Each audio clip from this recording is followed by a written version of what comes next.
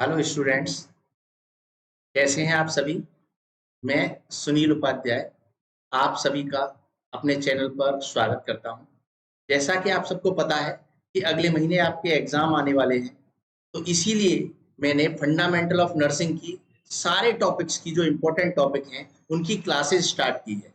आज हम सबसे पहला जो टॉपिक है नर्सिंग, उसको समझेंगे। उसके बाद में नेक्स्ट सारे जो टॉपिक हैं जैसे कोड ऑफ एथिक्स है, प्रोफेशनल नर्स है, हॉस्पिटल है, सारे टॉपिक एक एक करके आप सभी को इस चैनल पर मिलेंगे और आप इन सभी को देख करके आप अपनी तैयारी कर सकते हैं।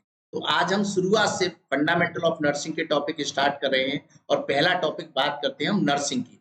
नर्सिंग जो है वो बहुत ही महत्वपूर्ण टॉपिक है। जैसा कि आप जानते हैं कि नर्सिंग कोर्स में नर्सिंग को समझना बहुत आवश्यक है। और फंडामेंटल ऑफ नर्सिंग का मतलब होता है नर्सिंग का सिद्धांत। यानी फंडामेंटल में हम नर्सिंग के सिद्धांत के बारे में बात करते हैं और उसमें सबसे महत्वपूर्ण है नर्सिंग। नर्सिंग की जब हम बात करते हैं तो सबसे पहले इसके इंट्रोडक्शन में nursing is the unique function of the nurse that is to assist the individual sick और well in the performance of these activities contributing to health or its recovery, preventing disease and peaceful death। जैसा कि आप इसमें देख सकते हैं, इसमें जो शब्द है पीसफुल डेथ, पीसफुल डेथ का मतलब क्या हुआ?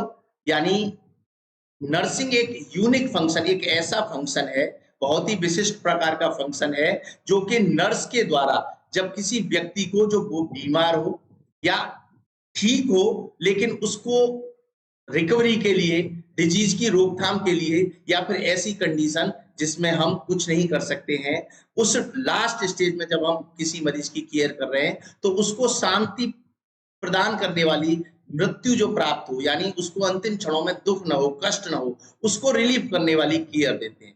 तो इन सभी को हम क्या कहते हैं? नर्सिंग कहते हैं। यानी सिंपल भाषा में नर्सिंग एक ऐसा फंक्शन है, एक ऐसा कार्य है जो नर्स के द्वारा किया जाता है जब वो किसी बीमार व्यक्ति को देती है या फिर ठीक व्यक्ति जिसको स्वास्थ्य की रिकवरी के लिए केयर की आवश्यकता है।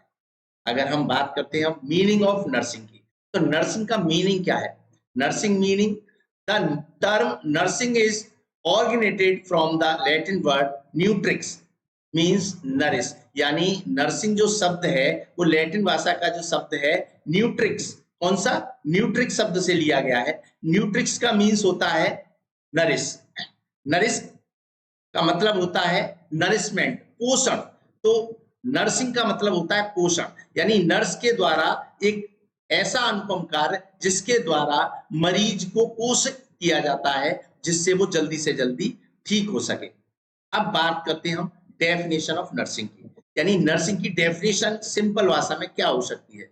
Nursing is the protection, promotion and optimization of health and abilities, prevention of illness and injury, alleviation of suffering through the diagnosis and treatment of human response, and advocacy in the care of individual, families, communities and population। यानी जो इसकी definition है उसको हम समझते हैं कि nursing is the protection, यानी नर्सिंग जो है वो एक बचाव है किस चीज का? Promotion and optimization. यानी नर्सिंग जो है वो बीमारियों से बचाव करने के लिए, स्वास्थ्य को प्रमोट करने के लिए, ऑप्टिमाइजेशन ऑफ हेल्थ, हेल्थ को सही रखने के लिए और रोकथाम करने के लिए इंजरी और इलनेस से, ये सब के लिए जो केयर दी जाती है उसको हम क्या कहते हैं? नर्सिंग कहते हैं। और नर्सिंग के अंदर क्या होता है? नर्सिंग जो है वो ट्रीटमेंट और डायग्नोसिस करने के लिए दी जाती है। जब कोई मरीज होता है तो हम उसकी केयर कर रहे हैं तो बहुत से ऐसे कार्य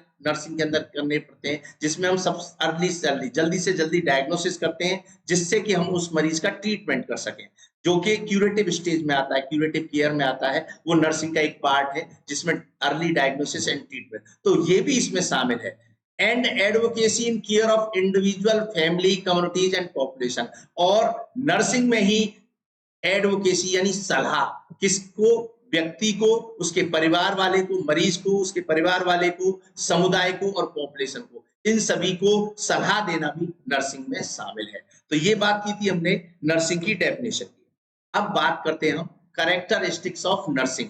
कैरेक्टरिस्टिक्स ऑफ नर्सिंग का मतलब, आप नर्सिंग शब्द समझ गए कि नर्सिंग क्या होता है। जब किसी भी व्यक्ति की देखभाल की जाती है, इंजर्ड व्यक्ति या इल व्यक्ति की, उसको ठीक करने के लिए, तो उस समय जो देखभाल या केयर की जाती है उसे नर्सिंग कहते हैं। तो ये जो नर्सिंग होती है, इसकी क्या विशेषता होती है, यानी जब कोई नर्स किसी मरीज की केयर कर रही है तो उसे किन किन चीजों का ध्यान रखना होता है और उसकी विशेषता क्या है। तो सबसे पहला, nursing involves close personal contact with the recipient of care, यानी नर्सिंग जो है वो शामिल है जिसमें पर्सनल कांटेक्ट होता है पेशेंट से, जिसकी हम देखभाल कर रहे हैं। रेसिपिएंट मतलब जिसकी देखभाल की जा रही है, उस व्यक्ति से पर्सनल कांटेक्ट स्थापित होता है, क्लोज, जिससे कि हम उसकी सारी चीजों को समझ सकें और उसको एक अच्छी से अच्छी देखभाल दे सकें। दूसरी विशेषता है, nursing is concerned with services that takes humans into account as physiological, psychological, sociological organism. इसका मतलब ये है कि नर्सिंग जो है वो शामिल है ऐसी देखभाल में जिसमें व्यक्ति के शारीरिक, मानसिक, सामाजिक और सभी ऑर्गन्स की देखभाल, पूरे शरीर के पार्ट्स की देखभाल शामिल है।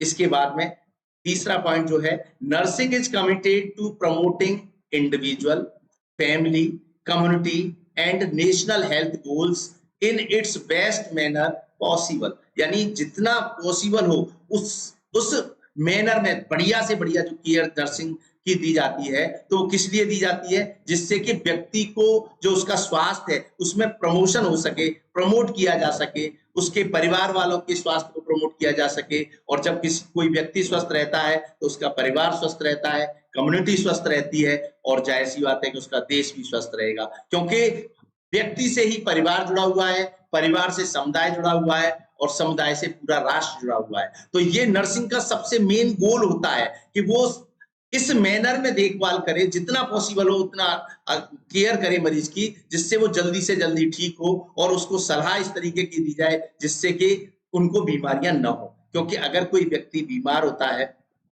तो जाहिर सी बात है उसका परिवार भी उसमें शामिल होगा, क्योंकि सपोज कीजिए किसी व्यक्ति को ट्यूबरक्लोसिस है, अगर इस व्यक्ति को ट्यूबरक्लोसिस है तो उसके परिवार में भी, क्योंकि ट्यूबरक्लोसिस क्या होती है, कम्युनिकेबल डिजीज है, ड्रॉपलेट से एक दूसरे को होती है, तो परिवार में और लोगों को भी हो सकती है, उसके आसपास में जो लोग रहते हैं कम्युनिटी में भी हो सकती है और देश में वो फैल सकती है। तो उसके लिए सरकार पर लोड पड़ेगा उसको कवर करने के लिए। तो ये नर्सिंग जो है वो इस बात के लिए जिम्मेदार होती है कि वो व्यक्ति को, उसके परिवार को, समुदाय को और देश को, उन सभी को प्रमोट करे जिस बात के लिए कि वो अपने स्वास्थ्य का ध्यान रखें और ठीक हो जल्दी से जल्दी। चलिए नेक्स्ट पॉइंट की बात करते हैं।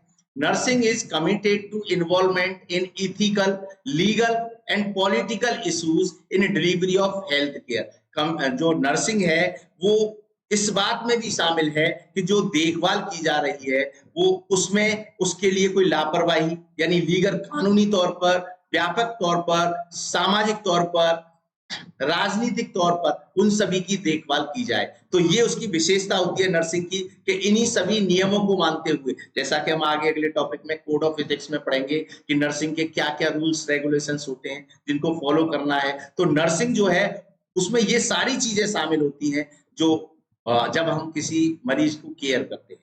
चलिए अब नेक्स्ट हम बात करते हैं principles of nursing. Principles of nursing का मतलब क्या होता है। नर्सिंग आपको समझ में आ गया कि नर्सिंग का मतलब किसी व्यक्ति की देखभाल करना, किसी मरीज की देखभाल करना, उसके स्वास्थ्य को अप करने के लिए।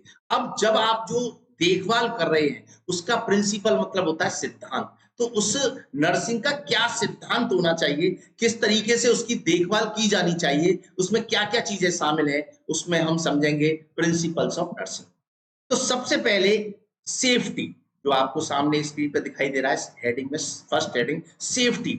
सेफ्टी का मतलब it means prevention of mechanical, thermal and chemical injury to the patient and health workers. यानी जो नर्सिंग का सबसे पहला प्रिंसिपल है वो है सेफ्टी, किसकी, मरीज की, और जो आपके साथ में जो आपके हेल्थ वर्कर्स हैं जो आपका सहयोग कर रहे हैं उन सभी के भी स्वास्थ्य की सुरक्षा करना एक नर्सिंग में एक नर्स की जिम्मेदारी होती है। यानी आपको जब कोई भी प्रोसीजर करना है, किसी मरीज की देखभाल करनी है, तो वो इस तरीके से करनी है कि उसको किसी भी तरीके का हार्म न पहुंचे, न उसको कोई केमिकल इंजरी हो, थर्मल इंजरी हो, यानी किसी इंस्ट्रूमेंट के द्वारा, किसी सॉल्यूशन के द्वारा उसको इंजरी नहीं होनी चाहिए, उसके स्वास्थ्य को नुकसान नहीं होना चाहिए। तो ये नर्सिंग का सबसे पहला प्रिंसिपल होता है।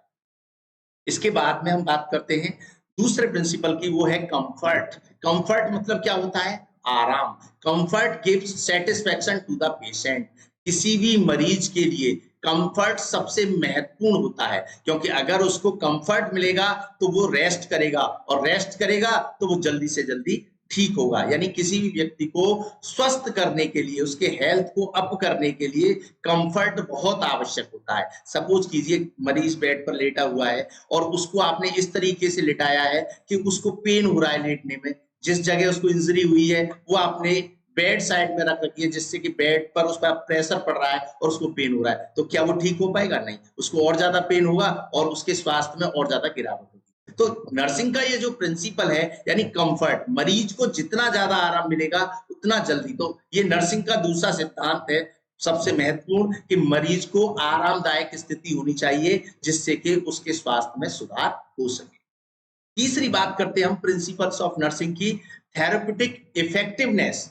थेरेप्यूटिक मतलब चिकित्सीय लाभ, उसको जो हम दवा दे रहे हैं, जो भी केयर कर रहे हैं, तो उसके स्वास्थ्य में लाभ होना चाहिए। जो हम केयर कर रहे हैं उसके स्वास्थ्य को ठीक करने के लिए तो कर रहे हैं, तो वो ठीक होना चाहिए, उसमें प्रभावकारी होनी चाहिए। जो भी हम उसकी चिकित्सा कर रहे हैं वो प्रभावकारी होना चाहिए। यानी अगर किसी को, जैसे सपोज कीजिए 104 डिग्री फ़ारेनहाइट फीवर है और हम उसको कोल्ड स्पंजिंग कर रहे हैं, और वो इस तरीके से कर रहे हैं कि उसका फीवर डाउन होना चाहिए। ऐसा नहीं है कि उसको भाई फीवर हो रहा है और आपने क्या किया, उसकी केयर की और कोल्ड की जगह हॉट स्पंजिंग कर दी, तो उसका 1 से 4 की जगह 106 डिग्री फ़ारेनहाइट फीवर हो गया। तो वो क्या है? वो प्रभावकारी नहीं है। तो ये नर्सिंग का सिद्धांत नहीं है। नर्सिंग का सिद्धांत क्या है? कि ऐसी चिकित्सा होना चाहिए जो उसके स्वास्थ्य को प्रभावित करे, उसको ठीक करे। तो ये तीसरा सिद्धांत है, थेरेप्यूटिक इफेक्टिवनेस, यानी it is to achieve the purpose for which a procedure is done. यानी अभी मैंने जैसे एग्जांपल बताया था आपको कि अगर किसी को फीवर आ रहा है तो हम कोल्ड स्पंजिंग किस लिए करते हैं? ताकि उसका जो बॉडी का टेम्परेचर है वो डाउन हो सके। तो वो प्रभावकारी प्रोसीजर जो है, जिस पर्पज से कर रहे हैं, वो पर्पज हमें प्राप्त होना चाहिए। यानी हमने अगर स्पंजिंग की है तो उसका फीवर कम होना चाहिए, ना कि बढ़ना चाहिए। ठीक है, चलिए अब बात करते हैं नेक्स्ट प्रिंसिपल की, use of resources. It implies the right use and the economy of time, energy and material. यानी आपके पास जो संसाधन है, आप जो केयर कर रहे हैं, उसका सही प्रयोग किया जाना चाहिए। इम्प्लाइज मतलब होता है तात्पर्य, यानी इसका ये तात्पर्य है कि आप उसका सही प्रयोग करें, सही अपना जो समय, आप सही टाइम यूज करें, इकोनॉमी बचत करें टाइम की। ऐसा नहीं है कि कोई प्रोसीजर कर रहे हैं और आप उसको घंटों करने लग रहे हैं, उसको कोई फायदा नहीं हो रहा। आप इस तरीके से करें कि कम टाइम में और आप अच्छे से अच्छे केयर कर सकें और उसके स्वास्थ्य को अप कर सकें। और एनर्जी की बचत करनी है, और मटेरियल, यानी कम से कम मटेरियल यूज हो, कम से कम आपकी एनर्जी वेस्ट हो, और कम से कम टाइम लगे, और ज्यादा से ज्यादा रिजल्ट आए। तो ये नर्सिंग के प्रिंसिपल है। चौथा, कि आपको सबसे पहला क्या था? सेफ्टी करनी है। दूसरी कंफर्ट, यानी मरीज को आराम पहुंचना चाहिए जब आप नर्सिंग कर रहे हैं। तीसरा थेरेप्यूटिक इफेक्टिवनेस, और नेक्स्ट है यूज ऑफ रिसोर्सेज, यानी आपको सही तरीके से सही संसाधनों का, सही समय का, सही एनर्जी और मटेरियल का प्रयोग करना है। इसके बाद में नेक्स्ट है good workmanship. It is an art and skill while giving a treatment. Practice of procedure repeatedly develops the skill. इसका मतलब ये है कि गुड वर्कमैनशिप का मतलब होता है आपके जो कार्य करने की क्षमता है वो एक सही तरीके की होनी चाहिए। यानी जो आप केयर कर रहे हैं मरीज की, वो आप सही तरीके से जब सही मैनर में करेंगे तो उसको ट्रीटमेंट से उसको फायदा होगा। मैंने आपको जैसे एग्जांपल में बताया था कि आप सही तरीका जब अपनाएंगे किसी व्यक्ति के लिए, उसको कंफर्ट दे रहे हैं, और आपने जैसे फीवर है तो स्पंजिंग की, तो अगर सही मैनर में आपको स्पंजिंग करेंगे तो उसको रिलीफ मिलेगा। तो वो आपका जो स्किल होता है वो नर्सिंग में जो आता है वही प्रिंसिपल यानी सिद्धांत है। यानी जब कोई प्रोफेशनल नर्स सही तरीके से सही मैनर में काम करती है उसको गुड वर्कमैनशिप कहते हैं, और जिससे कि सही रिजल्ट में प्राप्त हो। इसके बाद में नेक्स्ट जो इसका प्रिंसिपल है वो है इंडिविजुअलिटी। इंडिविजुअलिटी का मतलब होता है the needs and problems of particular patients are to be considered when a nursing procedure is applied the patient is considered as an individual। यानी किसी व्यक्ति को जब कोई प्रोसीजर आप कर रहे हैं तो उसकी प्रॉब्लम पर आपका फोकस होना चाहिए, जो उसकी जरूरत है वो पूरी होनी चाहिए। यानी जब किसी मरीज की हम केयर कर रहे हैं तो हमें पता होना चाहिए कि इसको क्या दिक्कत है और उस दिक्कत को, प्रॉब्लम को किस तरीके से हम सॉल्व कर सकते हैं और उस व्यक्ति की जरूरत के हिसाब से हमें उसको नर्सिंग केयर देनी है। तो ये बात की थी हमने प्रिंसिपल्स ऑफ नर्सिंग की, यानी प्रिंसिपल्स क्या सिद्धांत होते हैं नर्सिंग के। चलिए अब नेक्स्ट बात करते हैं स्कोप ऑफ नर्सिंग, यानी जो एक प्रोफेशनल नर्स होती है जो कोर्स करती है नर्सिंग का, तो वो जब देखभाल करती है मरीज की तो वो उसको कहां पर अप्लाई करती है, यानी कहां कहां नर्सिंग की जा सकती है। तो सबसे पहले जैसा कि आप सभी जानते हैं स्टाफ नर्स। स्टाफ नर्स जो है इसकी वैकेंसी होती है, हॉस्पिटल्स में होती है, घरों में जरूरत पड़ती है तो वहां पर भी सेवा करती है।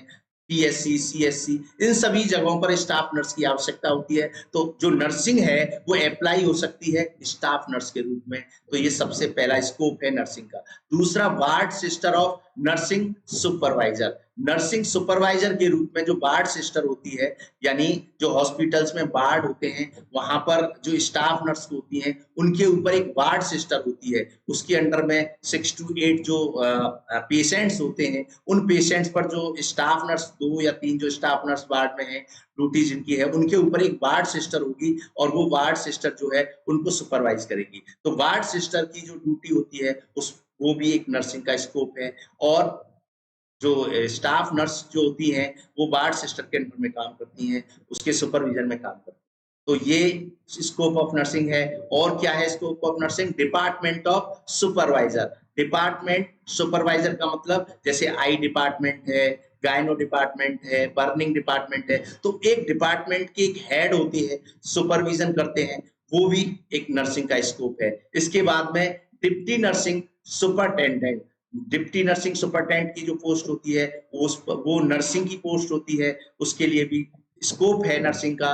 अगला है नर्सिंग सुपरटेंडेंट और director of nursing. Director of nursing जो है स्टेट में होता है। डायरेक्टर ऑफ नर्सिंग जो कि पूरे स्टेट के लिए जिम्मेदार होता है नर्सिंग के लिए, वो पूरी नर्सिंग को देखता है। उसके अंडर में जितने भी हॉस्पिटल्स हैं, डिस्ट्रिक्ट हॉस्पिटल्स सारे आते हैं और वहां से वो सारी उनकी वो जो डायरेक्ट करता है उनको देखता है। और इसके बाद में स्कोप ऑफ नर्सिंग है community health nursing. Community health nursing जिसे सीएचएन कहते हैं, जो कम्युनिटी में जैसे सीएससी है वहां पर पोस्टेड होते हैं, जो नर्सिंग कोर्स करने के बाद में वहां पे पोस्टेड होते हैं। तो ये भी स्कोप ऑफ नर्सिंग का एक स्कोप है। इसके बाद में अब हम जो अगला टॉपिक लेकर के आएंगे वो लेकर के आएंगे प्रोफेशनल नर्स, और उसके बाद में कोड ऑफ एथिक्स और हॉस्पिटल। तो आप सभी लोग हमारे चैनल को कंटिन्यू देखते रहिए और लाइक करते रहिए। Thank you so much.